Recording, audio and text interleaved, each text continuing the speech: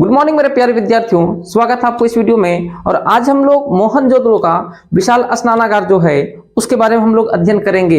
वहीं पिछला क्लास में हम लोग गृह स्थापत्य और दुर्ग के बारे में पढ़े थे, और आज हम लोग मोहनजोदड़ो का जो विशाल स्नानागार है उसके बारे में हम लोग अध्ययन करेंगे। वहीं अगर हम लोग चित्र में देखें तो ये हमारा यहाँ का मोहनजोदड़ो का विशाल स्नानागार है, और इस स्नानागार का देखें तो यह एक आयताकार के रूप में हमें दिखाई देता है। और ये स्नानागार ईंट की बनी हुई है, और सारे ईंट जो यहाँ पे जमाया गया हुआ था उसे जिप्सम के द्वारा जमाया गया हुआ था। तो ये हम लोग सोच सकते हैं कि आज से 3000 साल के पहले के लोग जो थे वे कितना विकसित थे कि वे भी जिप्सम का प्रयोग के बारे में जानते थे। साथ ही यहाँ आगे देखे तो यहाँ पे इस विशाल स्नानागार के चारों तरफ हमें बरामदे दिखाई देते हैं, और साथ ही यहाँ पे इस स्नानागार जाने के लिए हमें 2 सीढ़ियां दिखाई देती है जो उत्तर और दक्षिण में बनी हुई है। और इस स्नानागार के 3 तरफ मकान ही मकान यहाँ दिखते हैं, और उस मकान में एक ऐसा भी मकान मिलता है जहां पे एक बड़ा सा कुआं देखने को मिलता है, और यहाँ हमें एक बड़ा सा नाला देखने को मिलता है।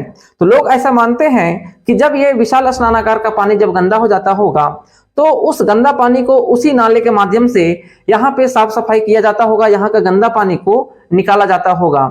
साथ ही इस विशाल स्नानागार के जब हम उत्तर की ओर जाते हैं कुछ दूरी तो एक हमें गलियारा दिखाई देता है, और उस गलियारा के दोनों तरफ 4 हमें स्नानागार देखने को मिलता है। उस 4 स्नान घर भी नालियां से जुड़ी हुई थी, और उसका भी सारा पानी नाले में चले आते थे, और इस तरह से जो भी यहाँ पे गंदा पानी होता था सारा पानी नाला के माध्यम से बाहर चला जाता था। तो इस तरह से लोग यहाँ पे साफ सफाई पर भी विशेष ध्यान दिया करते थे। तो देख सकते हैं हम लोग जलाशय के किनारों पर ईंटों को जमाया गया जिप्सम के द्वारा, जिसे अभी हम लोगों ने पीछे चर्चा किया। विशाल स्नानागार के 3 तरफ कमरे थे। इन तीनों तरफ के कमरे में से एक कमरा में बड़ा सा कुआं बने हुए थे, और एक बड़ा नाला मिला है जिससे पानी खाली हो जाता था। वहीं आगे देखिए, स्नानागार के थोड़ा सा उत्तर की ओर जाने पर एक संरचना प्राप्त होती है जहां हमें एक गलियारा में दोनों ओर 4 स्नान घर प्राप्त हुए हैं। स्नान घर की नालियां गलियों की नाली से जुड़े हुए थे, जिससे गंदा पानी सारा बाहर की तरफ चला जाता था। वहीं आगे है आपका सामाजिक भिन्नता, अर्थात आज से 3000 साल के पहले जो हमारी हड़प्पा सभ्यता था, जिसे हम लोग सिंधु घाटी सभ्यता कहते हैं, तो उस समय जो लोग रहा करते थे, क्या उस समय भी समाज में गरीब और अमीर देखने को मिलता था? तो देखें कि इसके लिए पुरातात्विक 2 चीजों का अध्ययन करते हैं। पहला शमशान घाट का, और दूसरा उस समय उपयोग की जाने वाली वस्तु को अध्ययन करते हैं, और इसके माध्यम से वो बताते हैं कि हाँ, उस समय भी समाज में गरीब और अमीर लोग रहा करते थे। जैसे देखे कि उन्होंने जब कब्रिस्तान का अध्ययन किया, जब कब्रिस्तान का खुदाई किया, तो वहां पे उन्हें 2 तरह का कब्र देखने को मिलता है, एक कम गहराई वाला कब्र और एक अधिक गहराई वाला कब्र। तो लोग ऐसा अनुमान लगाते हैं कि जो गरीब परिवार का होगा उसका कम गहराई होगा, और जो अमीर परिवार का होगा उसका ज्यादा गहरा होगा, क्योंकि अमीर परिवार के सदस्य जब मरता होगा तो उसे ज्यादा सामान लोग देते होंगे, तो उसके सामान को सुरक्षित के लिए ज्यादा गहरा करते होंगे, उसके बाद उन्हें मिट्टी देते होंगे ताकि उनका सामान सुरक्षित रह सके। तो वही यहाँ दिया है कि इसे जानने के लिए पुरातात्विक शमशान घाट और उस समय उपयोग की जाने वाली वस्तुओं का अध्ययन किया।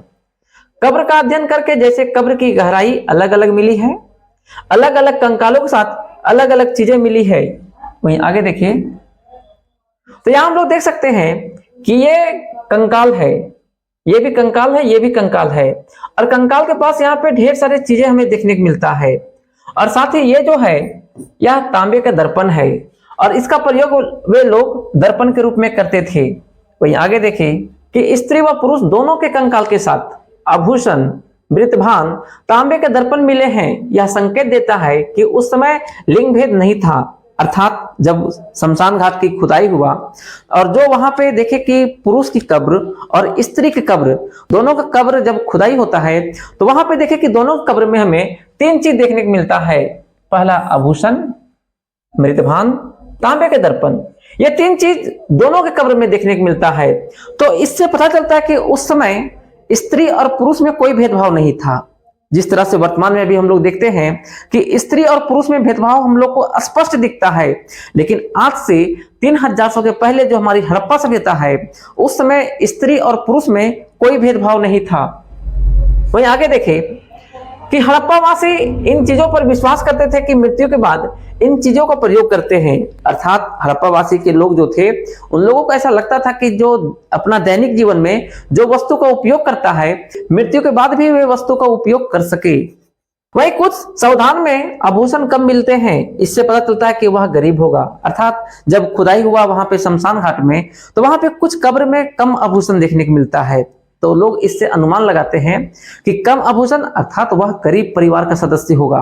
तो इस तरह से पुरातात्विक सामाजिक भिन्नता के बारे में बताते हैं। साथ ही देखिए, किताब में भले वह चीज का जिक्र नहीं किया है, लेकिन जब हड़प्पा सभ्यता के दौरान जब लोगों का मृत्यु होता था, तो उस समय जिस कमरा में उनका मृत्यु हुआ, उसी कमरा में लोग उसको मिट्टी देते थे। साथ ही मिट्टी देने के पहले उनका हाथ और पैर को भी लोग काट देते थे। वहीं अगर रात में निकलता है, तो जहां निकला है वहीं ये पड़ा रहे और रात में ज्यादा लोगों को नुकसान ना पहुंचाए, इसलिए मिट्टी देने के पहले व्यक्ति का हाथ और पैर को भी काट ली जाती थी और उसके बाद लोग मिट्टी देते थे। वहीं आगे दिया है कि हड़प्पा वासी लोग बहुमूल्य वस्तु को दफनाने पर विश्वास नहीं रखते थे। अर्थात जब व्यक्ति का मृत्यु हो जाता था, तो लोग जो भी महंगा वस्तु होता था उनका, तो उस चीज को लोग दफनाते नहीं थे, उसको अपने पास में ही रखते थे। और ये चीज हम लोग आज भी देखते हैं कि जब व्यक्ति का मृत्यु हो जाता है और अगर वह सोना या तो चांदी का अगर कुछ पहना है, तो उसको लोग खोल के रख लेते हैं और नाम मात्र के सोना देकर के उनको भेजते हैं। और साथ ही उनका जो पुराना वस्तु होता है, जैसे चप्पल या जूता या कपड़ा, वो लोग ये सब चीज देकर भेजते हैं। तो सोचिए कि ये सब चीज आज से नहीं बल्कि हजारों साल से लोग देते आ रहे हैं और लोग आज भी देते हैं और लोग आज भी मानते हैं कि उस वस्तु का प्रयोग मरने के बाद भी करेगा। वही